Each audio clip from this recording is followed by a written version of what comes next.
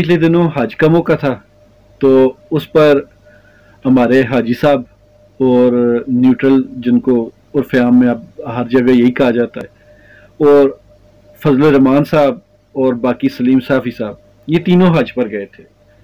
तो इनकी वक्तन फ़क्तन मैं तस्वीरें देखता रहा हूँ, और ऐसी तस्वीरें देखते देखते एक दिन मैंने बस दिल किया कि कोई पोस्ट लगाऊं इनके बारे में।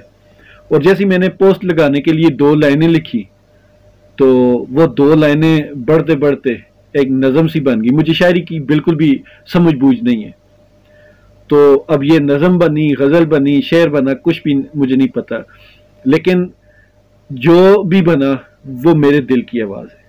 और ये कोई 20-25 मिनट के अंदर अंदर ही बना, और इसको मैंने इस वजह से रख दिया था, इसको मैंने शेयर नहीं किया था।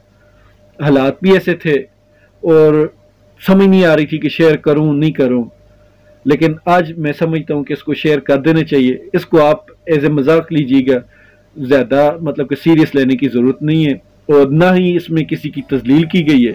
ये एक आम पाकिस्तानी की आवाज़ समझ लें। तो आइए सुनते हैं।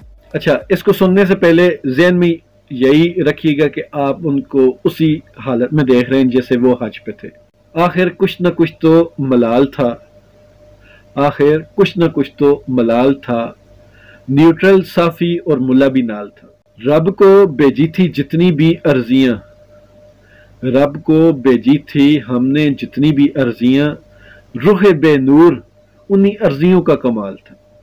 तुम लोगों ने जो तोड़ा भरम अपनों का, तुम लोगों ने जो तोड़ा भरम अपनों का, बताओ ये सब हराम था या हलाल था। कितने में बिके हो, क्यों कैसे बिके हो, कितने में बिके हो, क्यों कैसे बिके हो, बताओ ना, कीमत हुस्न थी या माल था। माना कि बड़े मोहतबर हो तुम यहाँ पर, माना कि बड़े मोहतबर हो तुम यहाँ पर, क्या यही सोच थी, यही ख्याल था। तुम तो मुसलमान थे, ये कैसे समझ लिया, तुम तो मुसलमान थे, ये कैसे समझ लिया।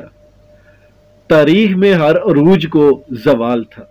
अरे जालिमो देखो और बताओ मुझे, अरे जालिमो देखो और बताओ मुझे, क्या यही मेरी अर्ज़ मुक़द्दस का हाल था।